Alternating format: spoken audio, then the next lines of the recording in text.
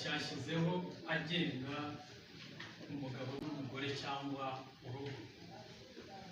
Bageni bacu rero, mbere y'uko muza hano nk'uko nari mbivuze, hari indi mihango iba yabanje. Niba navuga n'ayo mategeko, amategeko burya ashingira no ku muco, icyo abenegihugu bemera ntabwo ava mu kirere, kuko bashyiriyeho ava mu mahanga ntabwo bayemera, kuko baba babona abusanye n'umuco wabo n'ibyo bemera. Amategeko rero ashingira ku muco w'abenegihugu, ndavuga hano w'Abanyarwanda. Iyo mihango rero iba yabanje mu muco nyarwanda, uterura ufata iya mbere ajya kurambagiza ntabwo turabona ari umukobwa. Muri iyi ntambwe ya mbere umuhungu, umusore niwe ufata iya mbere. Mu mvugo y'ikinyarwanda kujya gutereta abakuru mu kurambagiza, ngo uba wagiye kurambagiza ugashima, ushimye mugenzi wawe. Ntabwo ari gushima wenyine, ubwo iyo ugezeyo uvuga ijambo, nawe aravuga tubona buraga n'uyu nguyu ndamubonye, ubwo mugashima ukemera. Iyo birangiye rero ntabwo ndi bujye muri birebire ngo mbaye mukomyeho gusa, ubwo murabyumva rwa rugendo mbashubijeyo. Hanyuma iyo bivuye aho, ubu ni muri wa muco, umusore akabibwira ababyeyi, akaba n'ibyo bita kujya gufatira. Ubu ni umuco yashimye mu kugira ngo muhuze imiryango yo gufata irembo. Nyuma yaho habaho gusaba, gukwa, kwemererwa umugeni. Ubu biba byavuye kuri ba bandi babiri, byageze mu miryango. Buri mu nzira utegura icyo mugiye gushimangira uyu munsi cyitwa urugo. Ababyeyi rero bakabiha umugisha, barasabye, barakoye. Ibyo byose ibyo mutari Imana bikora nibyo bikurikiraho icyo gihe rero. Iyo ababyeyi bamaze kwihumugisha, mugatera intambwe, mukavuga ngo ntabwo ari iby'umuryango gusa, ahubwo reka tubishyire imbere y'amategeko. Si amategeko yo arabitwemerera. Ni cya gihe rero mwatugeragaho mukatubaza, ariko ko dufite umushinga wo kubaka urugo, ibisabwa ni ibi. Twabasabye ko mwiyandikisha igihe kingana n'iminsi 21, ngo babyita kurangwa. Ariko burya icyo tuba tugambiriye ni ukugira ngo bose babimenye yuko runaka na runaka bagiye kugira, baba bafitemo ikibazo abe yakigaragaza niba kibangamiye amategeko kimenyekane. Ariko mu bindi twasaba cyangwa tugenzura ni ukureba niba bujuje nyine ibijyanye n'amategeko y'Abanyarwanda y'igihugu. Si uko kwiyandikisha gusa muri iyo twese tuzi, ahubwo ni no kureba ngo amategeko y'u Rwanda yemera yuko urugo agomba kuba yujuje imyaka 21. Saba abantu bagiye kugira urugo barayujuje, tukaduha ibyangombwa byanyu tukabisuzuma. Rero uko mwicaye hano birumvikana yuko ya myaka y'ubukure muyifite. Ntabwo muba mwaremerewe kuba iki gihe cyarageze, ibyo nabyo birasuzuma. Ikindi tureba, mumbaze ngo mugisuzuma gute, ariko ni umuco wacu. Ni ukuvuga ngo itegeko ry'u Rwanda ntabwo ryemera gushyingira umugabo ku mugabo, nta nubwo ryemera gushyingira umugore ku mugore. Ibyo mujya mwumva hirya mu yandi hantu, ibyo rero nabyo ni kirazira mu mategeko yacu, uretse ko n'umuco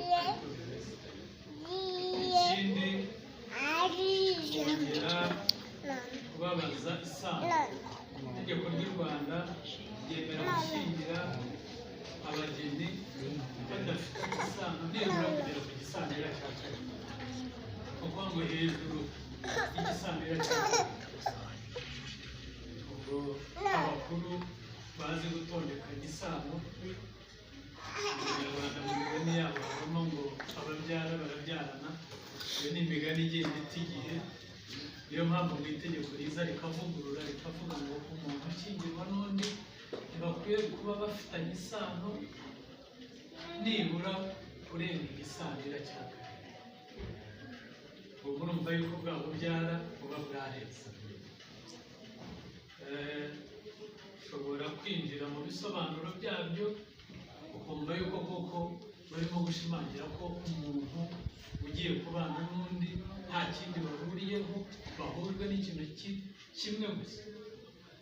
Cya kindi navugaga, umusore wahagurutse atera intambwe ngo rwari urukundo, bahujwe n'icyitwa urukundo gusa, nta sano n'iki. Icyo ngicyo rero kirasuzuma. Ikindi twongera kubabaza niba koko bemeranyije kubana nk'umugore n'umugabo.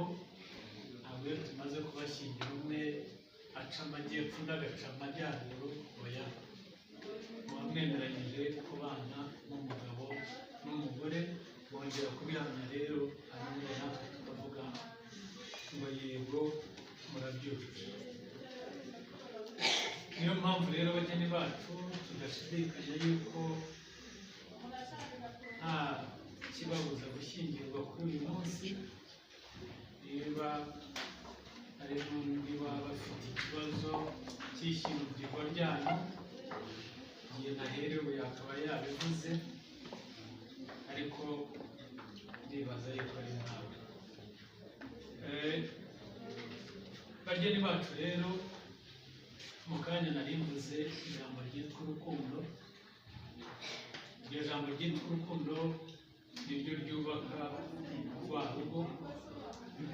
Iyo ryabuze, urwo rwa rugo narwo ntiruba rukiriho, ruba rwarangiye. Iryo jambo rero ni ukurikomeraho, ni ukurikomeraho mwirinda ibi bikurikira bishobora gusenya rwa rugo mwifuje kugira. Hari ubusambanyi bw'umwe mu bashakanye, bisenya rwabo. Hari umwe mu bashyingiranywe yarataye urugo nta mpamvu ifite ishingiro afite mu gihe cy'amezi 12. Kuko ngo mugenzi wawe ntazi impamvu ari mu rugo, akabara ayo mezi 12. Ubwo muri uko kwibaza kuri ayo mezi 12 atazi aho yiherereye, ni intandaro yo gusenyuka k'urugo. Bivuga ngo abigejeje no mu bucamanza biroroshye kuko byasigaje rwose bigakura. Guhamwa n'icyaha gisebeje. Icyaha gisebeje ubwo ni ukuvuga igisebeje mugenzi wawe cyangwa muri rusange. Ubwo ushobora gutekereza icyaha gisebeje cyaba ari ikihe? Ibyo ari byo byose ibyasebye urugo ni byinshi, ariko icyo ni icyaha nyine kigezwe imbere y'amategeko. Tukavuga ati iki cyaha sinakihanganira, cyakozwe na mugenzi wanjye, kirashebeje. Hanyuma umucamanza akareba uburemere bwacyo, akaba yavuga ko. Ikindi, kwanga gutanga ibitunga urugo burya rugira umuyobozi. Umuyobozi w'urugo mu Kinyarwanda bamwita ngo ni umutware w'urugo. Umutware rero agatwara urugo. Iyo rumunaniye harya ariko uwo mutware ntabwo aba mu rugo wenyine, aba ari kumwe n'uwo nanone mu Kinyarwanda bita ngo ni umufasha. Umufasha w'inshingano ze ni izihe? Ni ugufasha umutware gutwara.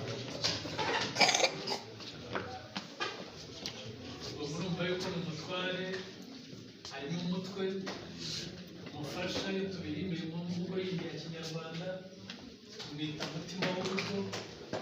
Ubwo mwumva yuko urugo rugizwe n'umutwe n'umutima.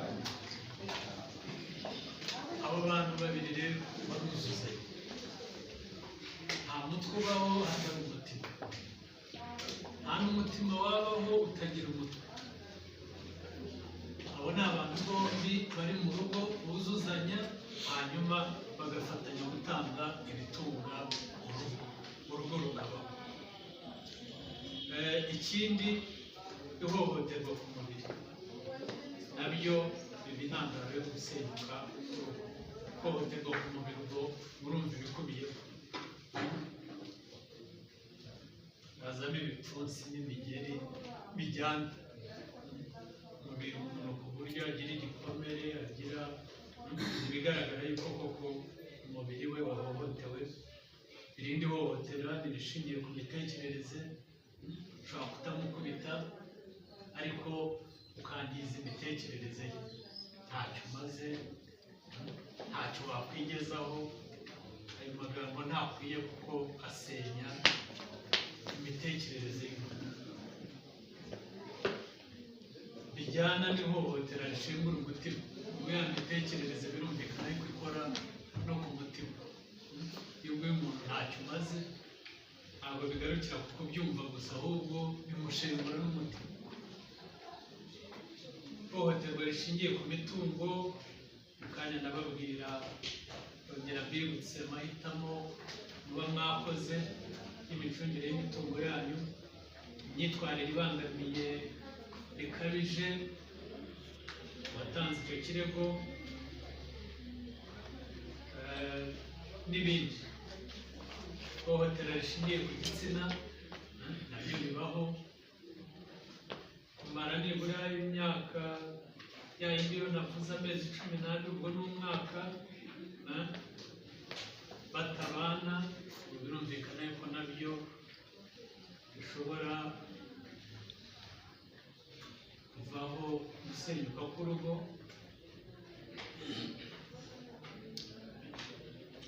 Ikindi cyasenya urugo ni igihe yo kubana bitagishobotse kubera indi mpamvu itakwihanganirwa n'umwe mu bashyingiranywe. Ubwo izo ni impamvu bavuze, ariko niba hari indi mpamvu umwe mu bashyingiranywe ashobora kugaragaza, igasuzumwa n'inkiko, bashobora kuyiha agaciro cyangwa bakayibwira. Ni ibiki rero byatuma mwirinda ibi ngibi? Icya mbere nari nakibazo ni urwarukundo.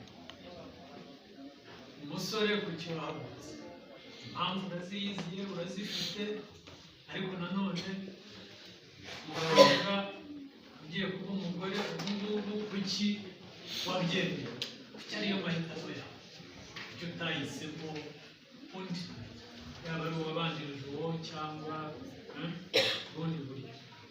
Ayo mahitamo wakoze niyo ya mbere yirukana bya bindi byo nari mvuze hejuru. Muri make, urukundo rurasukirirwa, urukundo ruruhirwa, rurabagarirwa. Ndabibwira abageka yuko ubu ngubu bagiye gupima uko ruhagaze, bya byuma bijya byandika umuvuduko na za kamera babandikira, ni rwinshi cyane. Ubwo rero inshingano mufite ni ukureba uburyo uwo muvuduko, nta n'uwabandikira nk'uko mbivuze, ntawandikira urukundo, ahubwo ni ukureba uburyo ruguma aho ngaho rugakomeza kwiyongera. Iyo rumeze gutyo nibwo rwirukana bya bindi byose navuze bishobora gusenya. Rugirwamo n'ibiki rero? Ni ibiki mu byo nari mvuze bishobora kugenda rubagarirwa? Icya mbere ni ukubahana. Umugabo, umugore, kubahana, kumva yuko ari uw'agaciro.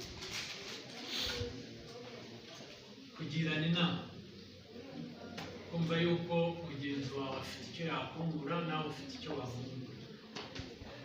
Gukorera hamwe, umuntu ashakana n'undi nibyo bagira umuryango, ariko uwo muryango intego yanyu ni ukugira ngo utere imbere.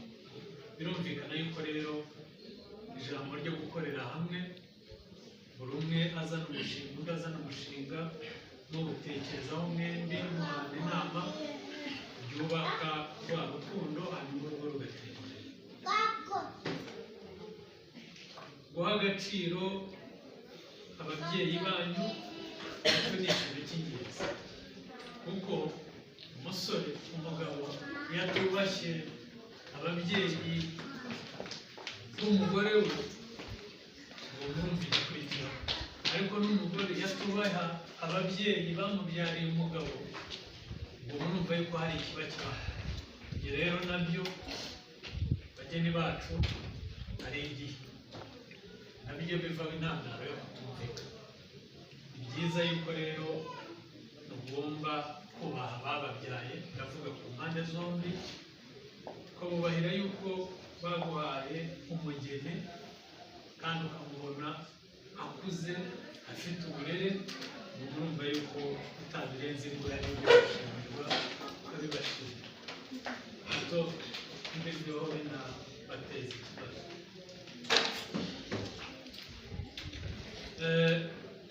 Bageni bacu rero, ibi ni ibiba byanditswe hano, ariko ni byinshi bishobora kubaka wa muryango n'ibyawusenya. Nk'uko nabivuze, abanyarwanda nibo bavuga ngo impamvu ingana urugo, impamvu ntoya gusa. Ntabwo urugero n'iyi telefone ntabwo bayivuze hano mu byasenya urugo, ariko umwe ashobora kubonamo ka mesaje, yabura ibisobanuro byako, ubwo kakaba intandaro y'isenyuka ry'urugo. Ntabyo bigeze bavuga mu mesaje ya telefone, oya. Ariko impamvu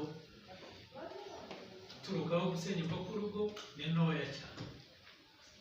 Hanyuma ibyo ikibyubaka nta kindi, ni bya bindi nari nkomojeho. Hari n'undi mugore uvuga ngo ntazibanye zidakomanya amahembe, kwibwira yuko mugenzi wawe usa naho ari we wamuremye, ni ukwibeshya cyane. Umuntu ntabwo arema. Iyo ushatse rero kurwana n'intambara yo kurwana kandi utabifitiye ububasha, ntabwo byagukundira ngo umugige ni umukuru uko ubishaka, oya. Kenshi izo ntambara mu ngo zikunda kubaho, umuntu agashaka gukura umuntu ku ngeso, urayivaho ubanza ukunze, ntabwo bishoboka. Ugomba kwemera umuntu, amahitamo yawe akaba yarabayeho.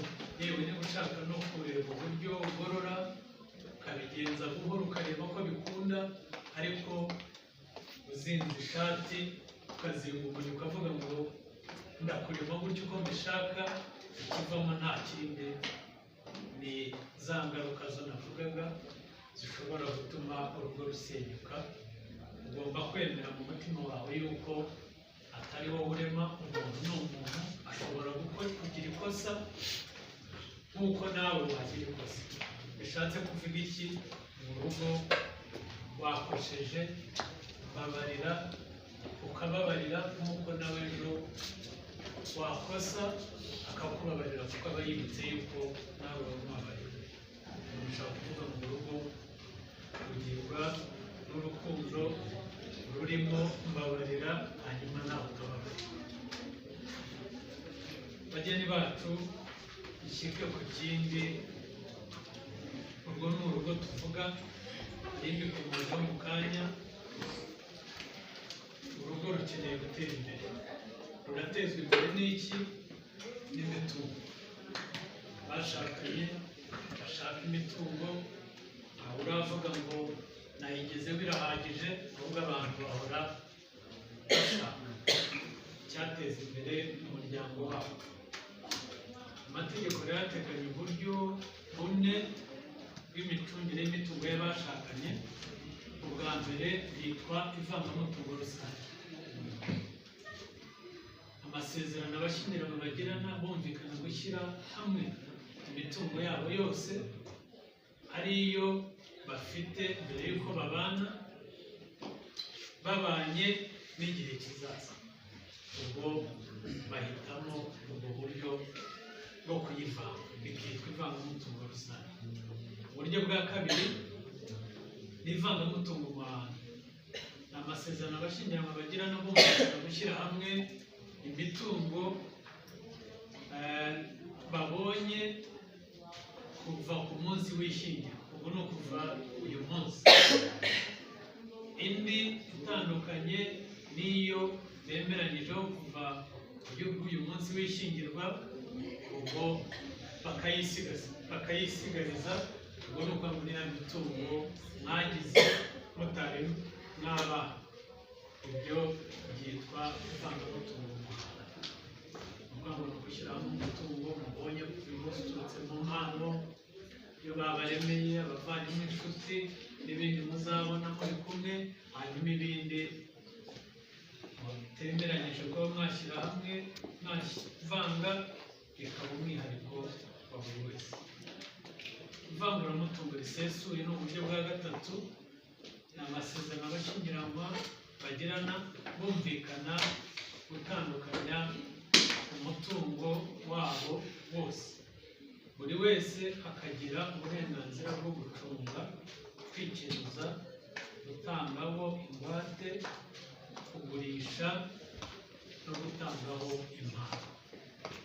Ni ukuvuga ngo ni uburenganzira bwawe ku mutungo wawe.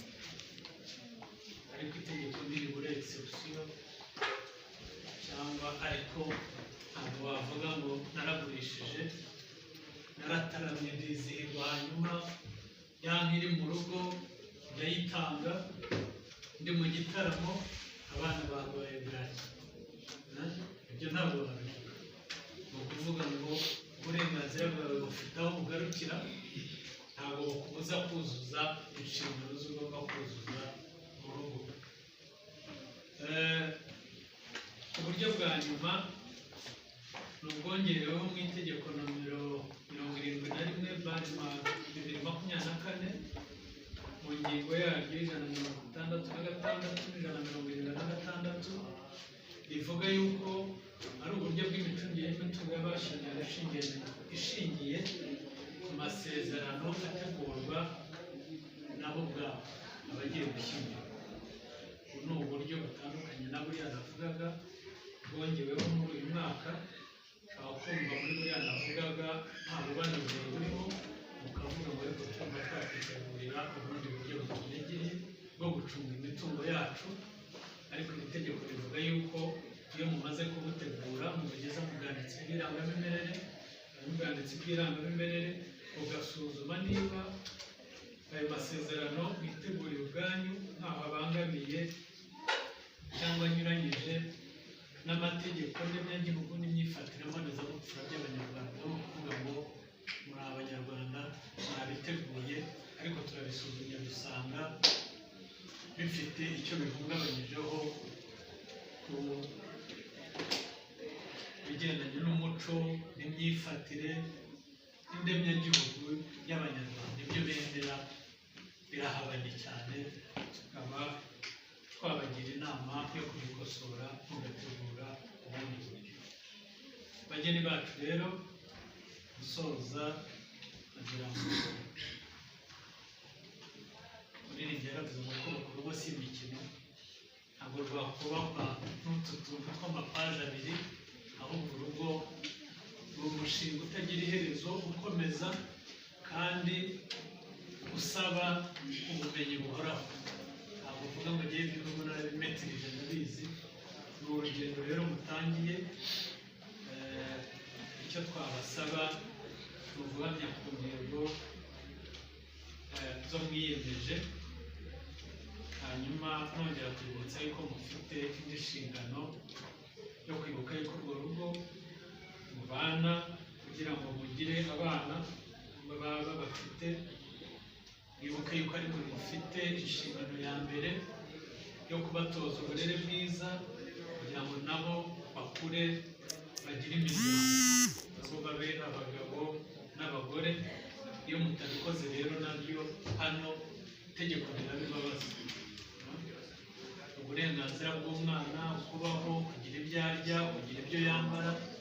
bw'ibanze, ariko aravuzwa, arigishwa, aratozwa. Ibyo byose ni inshingano z'ababyeyi. Kugira ngo rero dusoreze aha, nizera yuko mwanteze amatwi, hanyuma nsaba yuko abateye ikirenge imbere yanyu nabo bahamagariwe kuzajya babafasha muri uru rugendo rutangiye, kugira ngo mugere ku cyo mwifuza, ari cyo kugira urugo rwiza. Murakoze, ndabashimira. Nagira ngo rero igikurikiyeho ni indahiro tugiye gukora, nuko tugiye kubasoma hano. Indahiro yoroshye ariko nyine ishimangira gahunda mugiye gukora, ivuga ngo jyewe, bivuga umanitse ikiganza hejuru cy'iburyo. Abemera menya bemera yuko umuntu ushobora byose ari hejuru, menya nicyo bivuze. Ukavuga uti jyewe, ukavuga amazina yawe yombi, maze kumva icyo amategeko ategeka abashyingiranywe, nemeye nta gahato ko wowe, ukavuga amazina ya mugenzi wawe umbera umugore cyangwa umugabo bitewe n'urimo kuvuga, tukazabana uko twabyiyemeje kandi dukurikije uko amategeko ya Repubulika y'u Rwanda ateganya. Ubwo icyo ngicyo nicyo kigiye gukurikiraho rero. Duhere kuri Kanyamandi Germain na Muhoza Alice. Bagejuru ubu barareba babaherekeje, babigenza uko bivuze.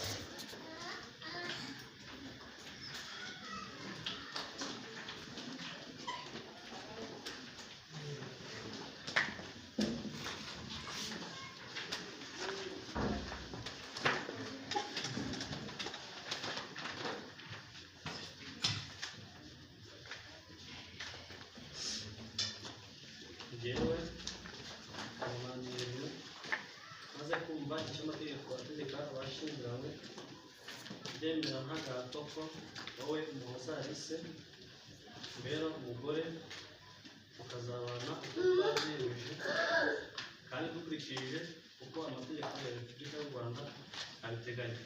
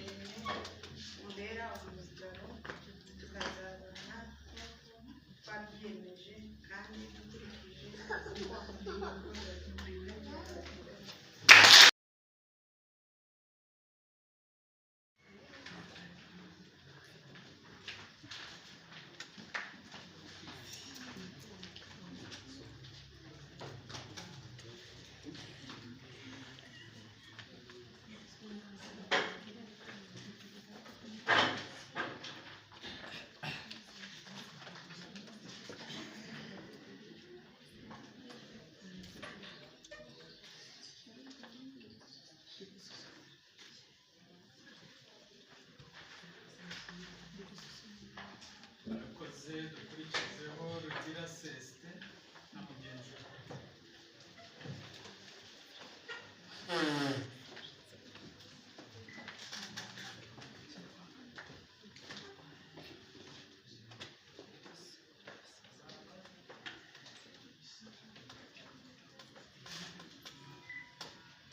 Njyewe Rugira Celestin maze kumva icyo amategeko ategeka abashyingiranywe, nemeye nta gahato ko wowe Ntakirutimana Diane umbera umugore, tukazabana uko twabyiyemeje kandi dukurikije uko amategeko ya Repubulika y'u Rwanda abiteganya.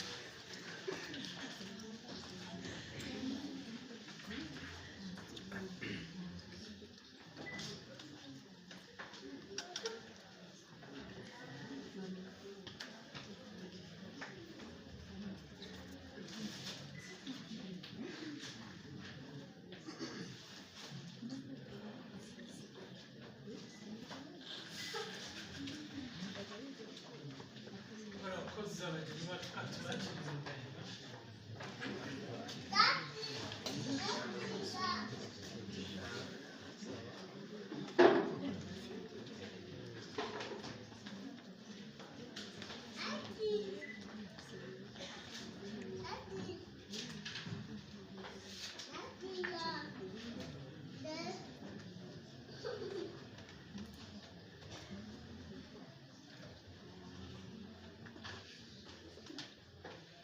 Yewe Kanamugire Innocent, umwanditsi w'irangamimerere umurenge wa Gatsibo, maze kumva amasezerano ya Kanyamanza Jene na Muhoza Alice, Rugira Celestin na Mpaturirimana Diane bagiriye imbere yanjye mu ruhame rwa benshi, nshingiye kandi ku bubasha mpabwa n'amategeko, kuva ubu bashyingiranywe nk'uko amategeko ya Repubulika y'u Rwanda